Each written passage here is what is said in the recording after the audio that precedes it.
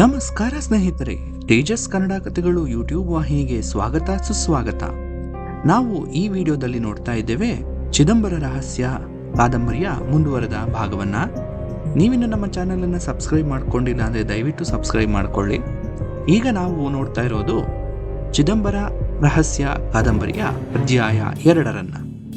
ನೀವಿನ್ನು ನಮ್ಮ ಚಾನೆಲ್ನಲ್ಲಿ ಅಪ್ಲೋಡ್ ಆಗಿರುವಂತಹ ಅಧ್ಯಾಯ 1 ಇನ್ನು ನೋಡಿಲ್ಲ ಅಂತ ಅಂದರೆ ಇದು ವಿಡಿಯೋದ ಕೊನೆಯಲ್ಲಿ ಆ ವಿಡಿಯೋದ ಲಿಂಕನ್ನು ಕೂಡ ಡಿಸ್ಪ್ಲೇ ಮಾಡ್ತೀವಿ, ಅಥವಾ ಈ ವಿಡಿಯೋದ ಬಯೋದಲ್ಲಿ ಆ ವಿಡಿಯೋದ ಲಿಂಕನ್ನು ಹಾಕಿ ಪ್ಲೇಲಿಸ್ಟನ್ನು ಮಾಡಿ ಹಾಕ್ತೀವಿ. ಸೊ ಅದನ್ನು ಕೂಡ ಒಮ್ಮೆ ನೋಡಿ. ಈಗ ಕಾದಂಬರಿಯಲ್ಲಿ ಮುಂದುವರಿಯುತ್ತಾ ಅಧ್ಯಾಯ 2. Hello, good evening. My name is Angadi, ಶ್ಯಾಮಾನಂದನ ಅಂಗಾಡಿ ಎನ್ನುತ್ತಾ ಒಂದು ಎತ್ತರದ ಆಕೃತಿ ಕೆಸರೂರಿನ ವಿಶ್ವಭವನ ಕಾಫಿ ಬಾರಿನ ಮೆಟ್ಟಲು ಹತ್ತಿ ಅದರ ಮೂಲೆಯೊಂದರಲ್ಲಿ ಟೇಬಲ್ಲಿನ ಸುತ್ತ ಕುಳಿತಿದ್ದ 3 ಹತ್ತಿರ ಬಂದು ನಿಂತಿತು. ಅವರು 3 ಜನ ಕಾಫಿ ಕುಡಿಯುತ್ತಾ ಕೆಲ ಹೊತ್ತಿನಿಂದ ಮಾತನಾಡುತ್ತಾ ಕುಳಿತಿದ್ದರು. ಅವರು ಬಂದ ಆ ಆಗುಂತಕ ವ್ಯಕ್ತಿಯ ವಿಚಿತ್ರ ಹಾವಭಾವವನ್ನು, ವಿಲಕ್ಷಣ ಕನ್ನಡ ಮಾತನ್ನೂ ಗಮನಿಸಿ ಚಕಿತರಾದರು. ಅವರಿಗೆ ಬಂದ ವ್ಯಕ್ತಿಗೆ ಯಾವ ರೀತಿ ಪ್ರತಿಕ್ರಿಯೆ ತೋರಬೇಕೆಂಬುದೇ ತೋಚಲಿಲ್ಲ. ಬಂದ ವ್ಯಕ್ತಿ ತಮ್ಮ ಪರಿಚಯ ಏನನ್ನೂ ಹೇಳಿಕೊಳ್ಳದು ಬೇಡ, ನಾನು ನಿಮ್ಮನ್ನೆಲ್ಲ ಚೆನ್ನಾಗಿ ಬಲ್ಲೆ ಎಂದ. ಟೇಬಲ್ಲಿನ ಸುತ್ತ ಕುಳಿತಿದ್ದ 3 ಮತ್ತಷ್ಟು ಇದರಿಂದ ಚಕಿತರಾದರು. 3 ಜನರು ಎಷ್ಟೊಂದು ತಮ್ಮ ನೆನಪಿನ ದಿಗಂತಗಳನ್ನೆಲ್ಲ ಹುಡುಕಾಡಿದರೂ ಆತ ಯಾರೆಂದು ತೋಚಲಿಲ್ಲ. ಆದರೂ ಆತ ಪಕ್ಕ ನಿಂತೇ ಇದ್ದುದರಿಂದ ಬೇರೆ ದಾರಿ ಕಾಣದೆ ಹಸನ್ಮುಖ ತೋರಿಸುತ್ತಾ ನಿಂತ ವ್ಯಕ್ತಿಗೆ ಅಲ್ಲೇ ಪಕ್ಕದಲ್ಲೇ ಕುರ್ಚಿ ಎಳೆದುಕೊಟ್ಟು ಕುಳಿತು ಹೇಳಿದರು. ಬಂದ ವ್ಯಕ್ತಿ ಕುಳಿತುಕೊಂಡು ಸಾವಧಾನವಾಗಿ ಸಿಗರೇಟು ಹತ್ತಿಸುತ್ತಾ ಕುಳಿತಿದ್ದ 3ರಲ್ಲಿ ಒಬ್ಬರನ್ನು ತೋರಿಸುತ್ತಾ, ತಾವು ಮಿಸ್ಟರ್ ಹೆಗ್ಡೆ, ಸಂಶೋಧನಾ ಕೇಂದ್ರದ ಪೆಥಾಲಜಿಸ್ಟ್ ಅಲ್ಲವೇ? ನೀವು ಸಿದ್ದಪ್ಪ, ಸಂಶೋಧನಾ ಕೇಂದ್ರದ ಕೀಟಶಾಸ್ತ್ರಜ್ಞ ಅಲ್ಲವೇ ಎಂದು ಇನ್ನೊಬ್ಬರತ್ತ ತಿರುಗಿದ. ಸಿದ್ದಪ್ಪನೂ ಹೆಗ್ಗಡೆಯೂ ನಸುನಗುತ್ತಾ ಹೌದೆಂದು ತಲೆಯಾಡಿಸಿದರು. ಇವರು ಯಾರೋ ಗೊತ್ತಾಗಲಿಲ್ಲ, ದಯವಿಟ್ಟು ಕ್ಷಮಿಸಿ. ಪಕ್ಕದಲ್ಲಿದ್ದ 3ನೇಯವರತ್ತ ತಿರುಗಿದ. ನಾನು ರಾಮಚಂದ್ರ ಅಂತ, ಇಲ್ಲಿ ಜೂನಿಯರ್ ಕಾಲೇಜಿನಲ್ಲಿ ಅರ್ಥಶಾಸ್ತ್ರದ ಅಧ್ಯಾಪಕ. ಯಾರು? ತಾವು TR ರಾಮಚಂದ್ರ ಅಂತ ತುಮಕೂರಲ್ಲಿ ಇದ್ದರಲ್ಲ, ಅವರು ಎಂದು ಕೇಳಿದ. ಹೌದೆಂದ ರಾಮಚಂದ್ರ. ಓ ವಂಡರ್ಫುಲ್, ನಮ್ಮ ಸರ್ಕಾರದ ಪಂಚವಾರ್ಷಿಕ ಯೋಜನೆ ಮೇಲೆ ನೀವು ಬರೆದ ಕಾಮೆಂಟುಗಳನ್ನು ಓದಿದ್ದೆ. ಬಹಳ ಚೆನ್ನಾಗಿ ಉಗಿದಿದ್ದೀರಿ. ತುಂಬ ಸಂತೋಷ ತಮ್ಮನ್ನು ನೋಡಿದ್ದು ಎನ್ನುತ್ತಾ ಆಗುಂತಕ ಕೈಕುಲುಕಿದ. ಟೇಬಲ್ಲಿನ ಪಕ್ಕ ಕುಳಿತಿದ್ದ ಮಿಕ್ಕವರಿಬ್ಬರೂ ತಮಗೇ ಗೊತ್ತಿಲ್ಲದ ರಾಮಚಂದ್ರನ ಕೀರ್ತಿಗೆ ಚಕಿತರಾದರು. ರಾಮಚಂದ್ರ ಬಂದ ವ್ಯಕ್ತಿಯನ್ನು ತೀಕ್ಷ್ಣವಾಗಿ ಅವಲೋಕಿಸಿದ.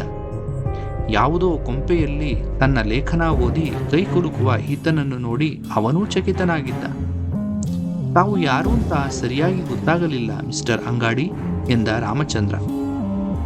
ಓ ಸಾರಿ, ನನ್ನ ಪರಿಚಯ ಹೇಳಿಕೊಳ್ಳಲೇ ಇಲ್ಲ, ಸಾರಿ.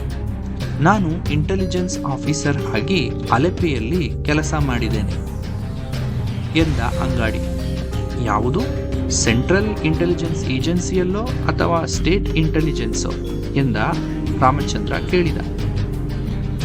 ಇಂಟೆಲಿಜೆನ್ಸ್ ಎನ್ನುತ್ತಿದ್ದಂತೆಯೇ ಅವರು 3ರಲ್ಲೂ ಏನೋ ಒಂದು ಥರ ಅಪರಾಧಿ ಪ್ರಜ್ಞೆ, ಎಚ್ಚರಿಕೆಯ ಮನೋಭಾವ ಮೂಡತೊಡಗಿತು. ಇನ್ಯಾವ ಹೊಸ ಗ್ರಹಚಾರ ಕಾದಿದೆಯೋ ಎಂದುಕೊಂಡು ಸಿದ್ದಪ್ಪ ಹೆಗ್ಡೆ ಏನಾದರೂ ನೆವ ಹೇಳಿ ಇಲ್ಲಿಂದ ಗಾಡಿ ಬಿಡುವುದು ಒಳ್ಳೆಯದು ಎಂದು ಯೋಚಿಸಿದರು. 100 ಕಡೆ ಅನೇಕ ಜನರಿಗೆ ಪರಿಚಯ ಹೇಳಿಕೊಂಡು ಅಭ್ಯಾಸವಿದ್ದ ಅಂಗಾಡಿಗೆ ಅವರ ಮನದೊಳಗಿನ ಅಳಕು ಗಮನಕ್ಕೆ ಬಂತು. ಅವನು ಅವರ ಅಳುಕನ್ನು ನಿವಾರಿಸಲೋ ಎಂಬಂತೆ ತನ್ನ ಬಗೆಗಿನ ವಿವರ ಕೊಡತೊಡಗಿದ. ವಾಸ್ತವವಾಗಿ ನನ್ನ ಹೆಸರು ಈ ಥರ ಅಂಗಾಡಿ ಅಲ್ಲ ಸರ್.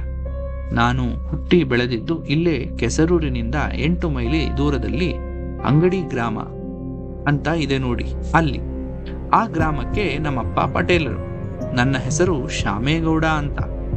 ಕಲ್ಕತ್ತಾದಲ್ಲಿ ನನಗೆ ಇಂಟರ್ವ್ಯೂ ಇತ್ತು. ಕೆಲಸ ಮಾಡೋದಕ್ಕೆ ನನ್ನ ಜಾತಿ ಯಾರಿಗೂ ಗೊತ್ತಾಗಬಾರದು ಅಂತ ಶ್ಯಾಮಾನಂದನ ಅಂಗಡಿ ಅಂತ ಹೆಸರು ಬದಲಾಯಿಸಿಕೊಂಡೆ. ಇಲ್ಲಿ ಇಂಟರ್ವ್ಯೂ ಮಾಡಿದವರೆಲ್ಲ ಬಂಗಾಳಿಗಳು. ಅವರಿಗೆ ದಕ್ಷಿಣ ಭಾರತದವರನ್ನ ಕಂಡರೆ ಕಾಲ ಕಸಕ್ಕಿಂತ ಕಡೆ. ಅದಕ್ಕೆ ಈ ವಿಚಿತ್ರ ಹೆಸರು. ಆಮೇಲೆ ನಾನು ಕೆಲಸದ ಮೇಲೆ ಅಲಪಿಯಲ್ಲಿ ರಿಪೋರ್ಟ್ ಮಾಡಿಕೊಂಡೆ. ಅಲ್ಲಿ ನನ್ನ ಅಂಗಡಿ ಹೆಸರು ಮಲಯಾಳಿಗಳ ಬಾಯಲ್ಲಿ ಅಂಗಾಡಿ ಅಂತ ಆಗೋಯ್ತು. ನನ್ನ ಮೂಲದ ಹೆಸರು ಅಂಗಡಿ ಶಾಮೇಗೌಡ ಅಂತ. ಇವನ್ ಯಾವನೋ ದೇಶಾಂತರದವನು, ಇಂಟೆಲಿಜೆನ್ಸ್ನವನು ಅಂತ ಗಾಬರಿ ಬೀಳಬೇಡಿ, ನಾನು ಇಲ್ಲಿಯೋನೇನೆಯ ಎಂದು ತನ್ನ ಮಾತಿನ ಧಾಟಿ ಎಲ್ಲ ಬದಲಾಯಿಸಿ ಹೇಟ್ ಮಲೆನಾಡು ಗೌಡನ ಥರ ಮಾತನಾಡತೊಡಗಿದ. ನನ್ನನ್ನ ಸೆಂಟ್ರಲ್ ಇಂಟೆಲಿಜೆನ್ಸಿ ಇಂದ ಏಲಕ್ಕಿ ಬೋರ್ಡ್ಗೆ ಇಂಟೆಲಿಜೆನ್ಸ್ ಆಫೀಸರ್ ಆಗಿ ಪ್ರಮೋಷನ್ ಕೊಟ್ಟು ಡೆಪ್ಯೂಟ್ ಮಾಡಿದರು. ಮೊದಲು ಈ ಪೋಸ್ಟು ಸ್ಟೇಟ್ ಇಂಟೆಲಿಜೆನ್ಸ್ ಸ್ಟೇನಲ್ಲೇ ಇತ್ತು. ಅದಕ್ಕಾಗಿ ನಾನು ಹೋಗೋಲ್ಲ ಅಂತ ತಕರಾರು ಮಾಡಿದ ಮೇಲೆ ಅದನ್ನು ಸೆಂಟ್ರಲ್ ಸ್ಟೇಲಿಗೆ ಬದಲಾಯಿಸಿ ನನ್ನ ಕೆಲಸ ಇಲ್ಲೇ ಖಾಯಂ ಮಾಡಿ ಏಲಕ್ಕಿ ಬೋರ್ಡ್ ಇಂಟೆಲಿಜೆನ್ಸ್ ಅಂತ ಬೇರೆ ಡಿಪಾರ್ಟ್ಮೆಂಟೇ ಮಾಡಿಬಿಟ್ಟರು. ಎಲ್ಲ ಡಿಪಾರ್ಟ್ಮೆಂಟಿನ ಪಾಲಿಟಿಕ್ಸು. ಅಂಗಾಡಿ ಆ ಮೂವರಿಗೂ ಕೊಂಚ ಆತ್ಮೀಯನಾಗುವ ಉದ್ದೇಶದಿಂದ ಬೇಕಿದ್ದು ಬೇಡದ್ದು ಎಲ್ಲ ಅವರೆದುರು ಒದರತೊಡಗಿದ.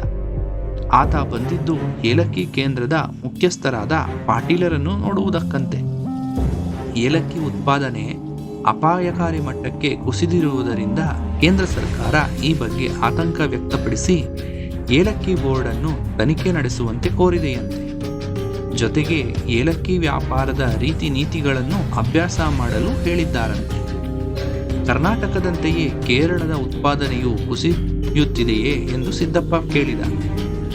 ಕೇರಳದಲ್ಲೂ 2 ವರ್ಷಗಳಿಂದ ಇಳಿಮುಖ ಆಗಿದೆ. ಆದರೆ ಮುಖ್ಯವಾಗಿ